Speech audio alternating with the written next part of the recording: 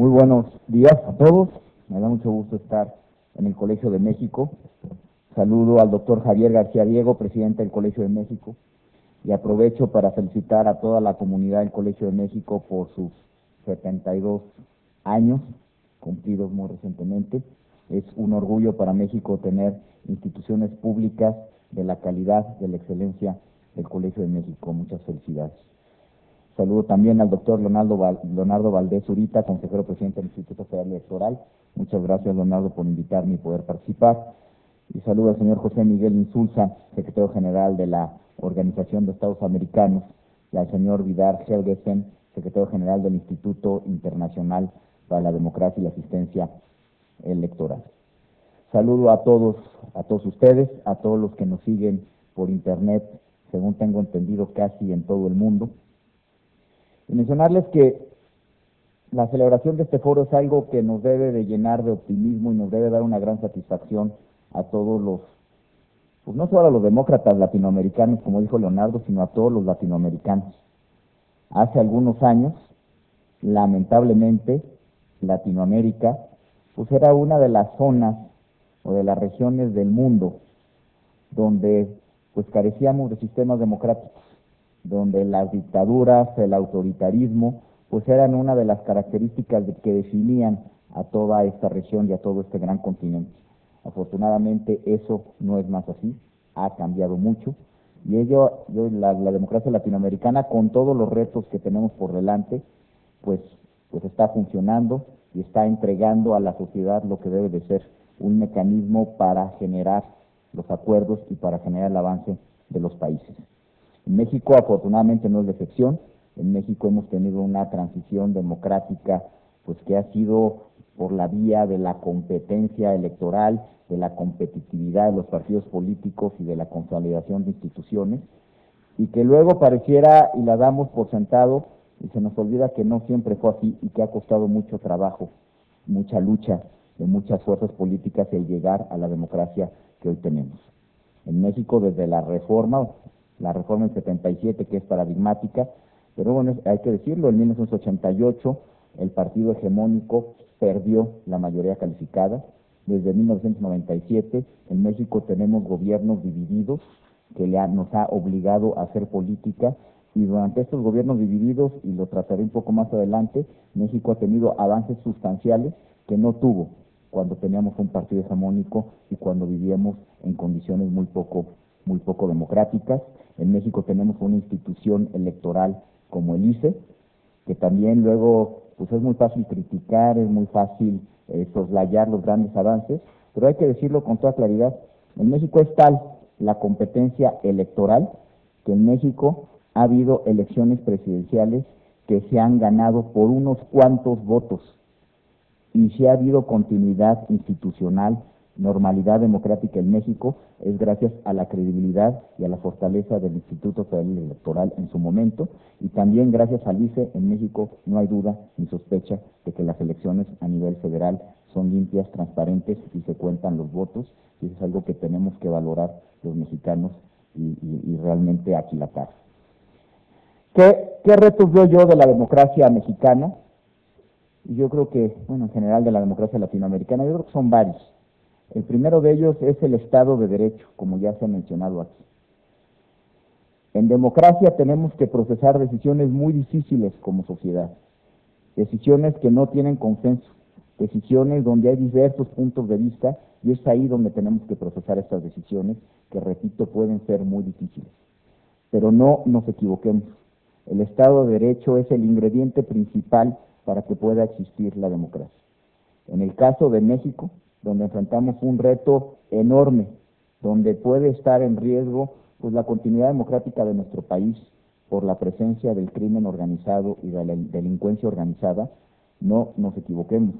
Ahí, si no enfrentamos con toda determinación al crimen organizado en México, vamos a perder muchas de las instituciones sociales más valiosas que tenemos. Es impensable, es una ingenuidad suponer que en lugares donde el crimen organizado y la delincuencia tienen una mayor fuerza y una mayor fortaleza, es una ingenuidad pensar que existe la democracia y que existen las instituciones sociales. De esa manera tenemos un gran reto como país, como Estado. No hay peor dictadura que la que impone el crimen organizado y la delincuencia, y eso nos debe de quedar claros a todos, y habrá que tomar decisiones por muy duras que sean. Un segundo reto que veo, pues es el tema del diseño de nuestro sistema político. El diseño que ha venido ajustándose a lo largo de los años en las llamadas reformas políticas y que todavía falta mucho por concretar y mucho por avanzar. Está el tema de la reelección legislativa, por ejemplo, donde México es de los pocos países en el mundo donde no se cuenta con la reelección legislativa, donde los ciudadanos no tienen esta poderosa herramienta para juzgar y pasar, como dicen cotidianamente, pasar a la báscula a los legisladores y a sus servidores públicos. En México no tenemos esa posibilidad.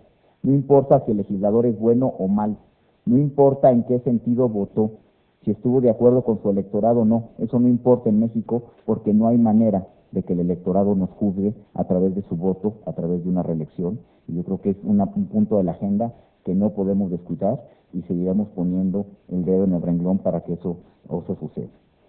Un tercer reto que veo para la democracia mexicana, pues es la valoración de nuestra democracia, de sus instituciones y de sus resultados.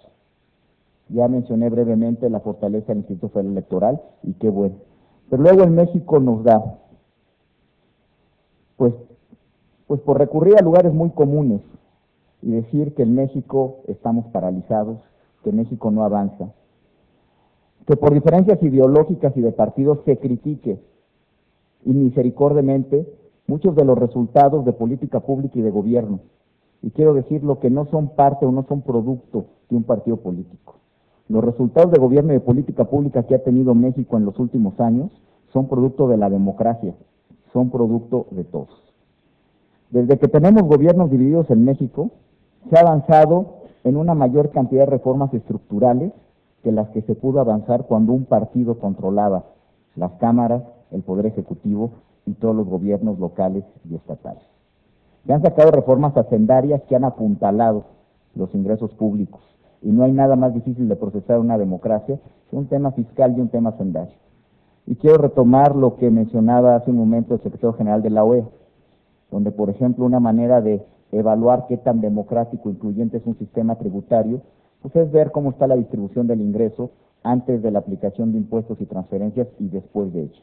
En México, si ustedes consideran la distribución del ingreso antes de impuestos y de transferencias, denota una profunda desigualdad que se corrige de manera muy notoria una vez que se pagan impuestos y se transfieren los recursos de política social y política pública de los programas del gobierno, y son datos de la organización de la OCDE y son datos públicos.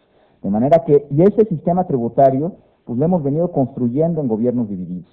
En gobiernos divididos hemos sido capaces de avanzar de manera sustancial en la cobertura en salud, hemos sido capaces de avanzar sustancialmente en la cobertura educativa, hemos sido capaces de aumentar la esperanza de vida, hemos sido capaces de entregarle a la sociedad muchos resultados que igual y no se quieren conceder por mezquindad, por intereses de partidos, pero esos resultados son los resultados no de un partido político, son los resultados de la democracia mexicana que nos ha permitido procesar todos estos avances en un ambiente plural y democrático. Que nadie lo reconoce, seguramente nadie lo reconoce, pero no nos damos cuenta que lo que estamos vulnerando es la democracia mexicana, porque todo esto pasa por las cámaras, se discute pluralmente, se discute abiertamente, y son avances que no podemos perder, y avances que hemos tenido y avances que espero que en el futuro sigamos teniendo.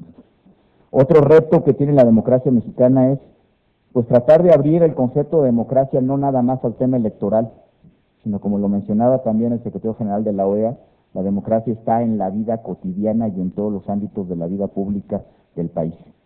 Y no podemos únicamente mantener o pensar en términos democráticos a la hora de contar los votos. En todos los ámbitos, repito, de la vida pública y social del país debe haber democracia, debe haber transparencia, debe haber rendición de cuentas. En este momento, en el Senado de la República, se está discutiendo una reforma laboral, que tendrá varios componentes donde podremos estar de acuerdo o no. Pero un componente que es crucial y que se tiene que discutir es el tema de la democracia, rendición de cuentas y transparencia en los sindicatos en México. Los sindicatos no pueden estar ajenos al esfuerzo democratizador que se ha dado en México y al esfuerzo de rendir cuentas y transparentar. No puede ser más que una dirigencia sindical no se elija a través de un voto secreto y libre, como sucede en algunos sindicatos en México. No podemos permitir que las cuotas que son obligatorias en los sindicatos nunca se rinda cuentas de a dónde fue a dar ese dinero, que todos los trabajadores contribuyen mensualmente a través de deducciones obligatorias y ni siquiera sepamos en qué se está empleando este recurso. Pues esos espacios de opacidad y antidemocráticos, profundamente antidemocráticos, siguen existiendo en México y por eso es importante dar esta batalla en este momento para que haya una reforma legal integral en el marco laboral que permita condiciones de democracia, de transparencia y de rendición en cuentas. Otra agenda pendiente de la democracia en México en ese sentido es, a nivel federal se ha avanzado mucho a nivel federal, y no porque haya buenos o malos, sino porque los incentivos y la definición de las instituciones nos ha llevado a eso. Pero lamentablemente no es así en las instancias estatales y municipales del gobierno en México. Hay demasiada opacidad y falta de democracia en congresos locales, en la libertad de expresión, en la rendición de cuentas y la manera como reportamos cómo gastamos el dinero público en instancias estatales y municipales. Eso también es democracia y eso también es un reto fundamental que tenemos. En México nuestra democracia es imperfecta, todo puede funcionar mejor. Pero los principales señalamientos que se han hecho en la última elección presidencial, pues descansan precisamente a que existen espacios de opacidad y demasiada permisibilidad en el manejo de los recursos públicos en los estados y los municipios. No es tanto en el gobierno federal, sino es en los estados y municipios donde se permite un manejo de dinero en efectivo sin ningún control y sin ningún mecanismo de rendición de cuentas, lo que permite que haya señalamientos a los procesos democráticos en México. Probablemente no generalizados, pero ahí están los señalamientos. Y es precisamente ahí donde tenemos que atender, en las instancias locales y municipales, y equiparar los controles, los procesos y el sistema electoral y democrático que tenemos a nivel federal, también en los estados y municipios. Yo terminaría aquí mi participación. Estoy muy honrado de inaugurar este foro.